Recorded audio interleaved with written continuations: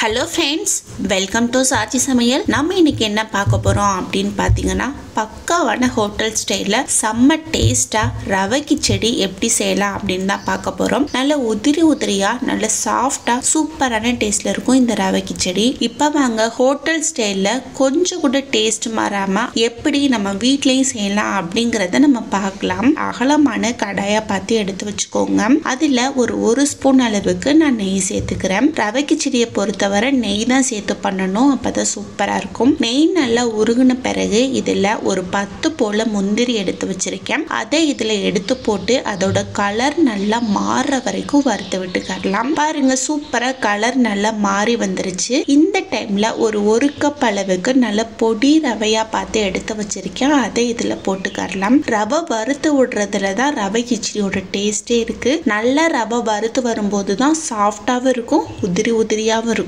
அதனால சிரமம் பார்க்காம ஒரு 2 to 3 நிமிஷத்துக்கிட்ட ரவையை நல்லா வறுத்து விட்டுக்கோங்க. அது மட்டும் இல்லாம நெய்யில வறுத்து போடும்போது சூப்பரான வாசனை கொடுக்கும். இப்போ ஒரு 2 நிமிஷத்துக்கிட்ட ஆயிடுச்சு. ரவை பார்க்கும் போதே தெரியுது மணலா நமக்கு சூப்பரா ஒன்னோட ஒண்ணு ஒட்டாம வறுத்து வந்துருச்சு. இந்த அளவுக்கு இது நல்லா வறுத்து வந்த பிறகு இதை எடுத்து ஒரு தட்டுல கொட்டி ஆற வச்சிடணும். அடுத்ததா அதே கடாயில ஒரு ஸ்பூன் அளவுக்கு எண்ணெய் சேர்த்துக்கோங்க.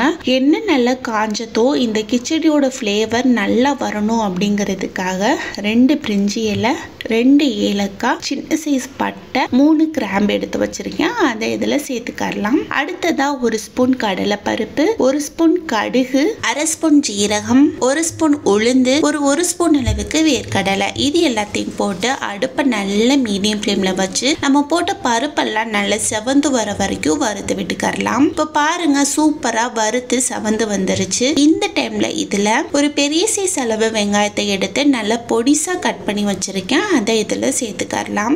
அடுத்ததா ஒரு 3 to 4 போல பச்சை மிளகாய் எடுத்து கீறி வச்சிருக்கேன். அதை இதுல சேர்த்துக்கலாம். அடுத்ததா ஒரு சின்ன துண்டு இஞ்சி எடுத்து பொடிசா கட் பண்ணி வச்சிருக்கேன். அது ஒரு கொத்து அளவு கிட்ட கருவேப்பிலை. இது எல்லாத்தையும் போட்டு நல்லா வதக்கி விட்டுக்கோங்க. நம்ம போட்ட வெங்காயத்தோட பச்சை வாசனை எல்லாம் போயிட்டு நல்ல ஒரு கண்ணாடி பதத்துக்கு வரட்டும். வெங்காயம் நல்ல கோல்டன் கலர் ஆகணும்ன்ற அவசியம் இல்லை. அதோட பச்சை வாசனை போயிட்டு கண்ணாடி பதத்துக்கு வந்தாலே போதும். பாருங்க, இந்த அளவுக்கு இது நல்லா பதங்கி வந்த பிறகு ஒரு சின்னதா மீடியம் சைஸ் அளவு தக்காளி பழம் எடுத்து கட் பண்ணி வச்சிருக்கேன். அதை இதுல சேர்த்துக்கலாம். அடுத்ததா ஒரு 2 ஸ்பூன் அளவுக்கு பட்டாணி, அடுத்ததா கொஞ்சமா பீன்ஸ், அடுத்ததா கொஞ்சமா கேரட். இது எல்லாத்தையும் போட்டு அடுப்பை நல்ல மீடியம் ஃப்ளேம்ல வச்சு ஒரு 2 நிமிஷத்துக்கிட்ட வதக்கி விட்டுக்கலாம். நம்ம போட்ட காயோட பச்சை வாசனை எல்லாம் போகட்டும். இந்த காயெல்லாம் போட்டு வதக்கி விட்டுட்டு இருக்கும் போதே இதுக்கு தேவையான அளவு உப்பு சேர்த்துக்கலாம். அது கூடவே ஒரு 1/2 ஸ்பூன் அளவுக்கு மஞ்சள் தூள்,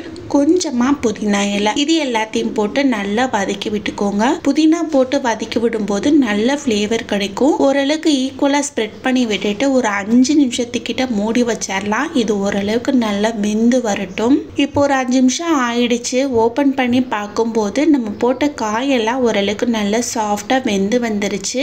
இந்த டைம்ல இதை நல்லா மிக்ஸ் பண்ணி விட்டுட்டு நம்ம வறுத்து வச்சிருக்கிற ரவை எடுத்து இதுல சேர்த்துக்கலாம். உடனே தண்ணி எது சேர்த்துக்க கூடாது. இந்த ரவை அந்த காயோட சேர்த்து நல்லா மிக்ஸ் பண்ணி விடணும். இந்த மாதிரி மிக்ஸ் பண்ணி விடும்போது ரவை நல்ல உதிரியாவும் சாஃப்டாவும் நமக்கு கிடைக்கும். இப்ப பாருங்க, சூப்பரா அந்த காயோட இதெல்லாம் சேர்ந்து நல்லா மிக்ஸ் ஆகி வந்துருச்சு.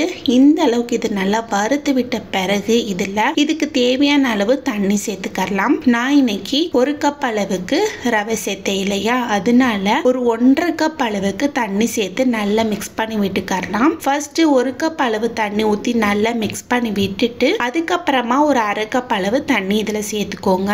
இதெல்லாம் சேர்ந்து நல்லா மிக்ஸ் ஆகி வந்த பிறகு அடுப்பை நல்ல மீடியம் ஃப்ளேம்ல வச்சு ஒரு 5 to 8 நிமிஷத்துக்கிட்ட மூடி வச்சிருங்க. ரவை நல்லா வெந்து வந்துடும். இப்போ ஒரு 8 to 10 நிமிஷத்துக்கிட்ட ஆயிடுச்சு.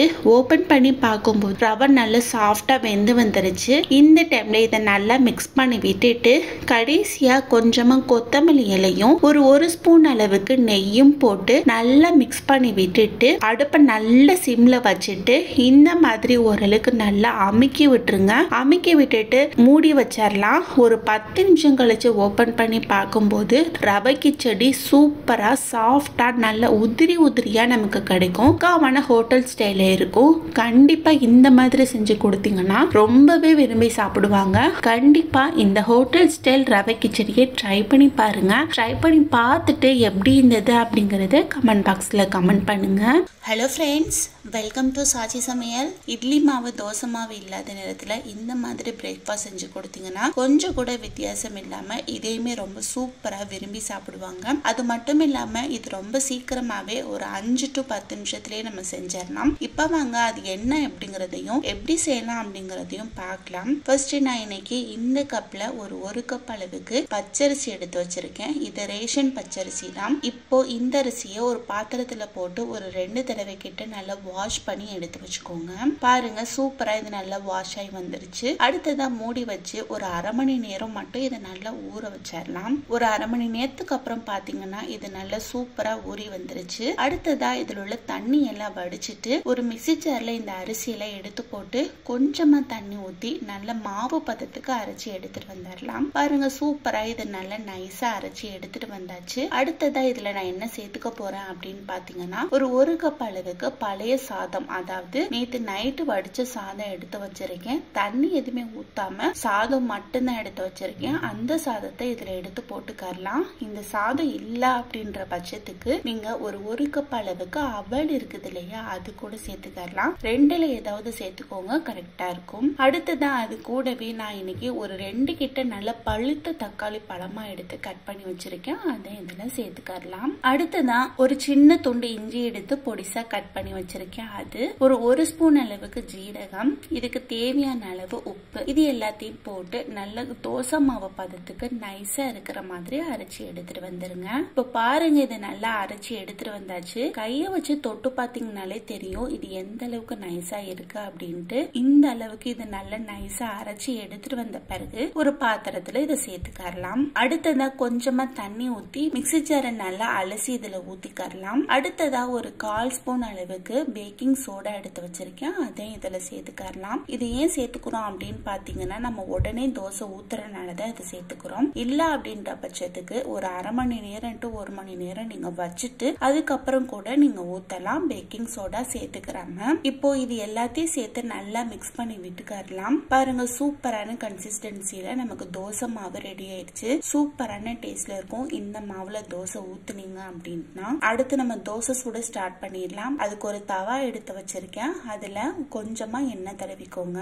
இந்த மாவுல இருந்து ஒரு கரண்டி மாவு எடுத்து இதுல போட்டு நல்ல மெல்லிசா சூப்பரா இந்த தடவி விட்டீங்கன்னா அருமையான தோசை நமக்கு வந்துடும். அடுத்ததா இது மேல ஒரு ஸ்பூன் அளவுக்கு எண்ணெய் ஊத்தி மூடி வச்சுட்டு அடுப்பை நல்ல மீடியம் ஃபிளேம்ல வச்சு விட்டுடலாம். இப்ப கொஞ்ச நேரம் கழிச்சு ஓபன் பண்ணி பாத்தீங்கன்னா சூப்பரான டேஸ்ட்ல நமக்கு தோசை ரெடி ஆயிரும். இப்போ இந்த சைடு அடுத்த சைடு திருப்பி போட்டு எடுத்து சர்வ் பண்ணீங்கன்னா செம்ம டேஸ்டா இருக்கும். இட்லி மாவு தோசை மாவு இல்லையே அப்படின்ற கவலையே உங்களுக்கு வேணாம். செம்ம சூப்பரான டேஸ்ட் கொடுக்கும். இந்த மாதிரி செஞ்சு கொடுத்தீங்கன்னா உடனே பிரேக்ஃபாஸ்ட் செய்யணும் அப்படின்னு நினைக்கிறவங்க இந்த மாதிரி செஞ்சு ட்ரை பண்ணி பாருங்க. ட்ரை பண்ணி பார்த்துட்டு எப்படி இருந்தது அப்படிங்கறத கமெண்ட் பாக்ஸ்ல கமெண்ட் பண்ணுங்க.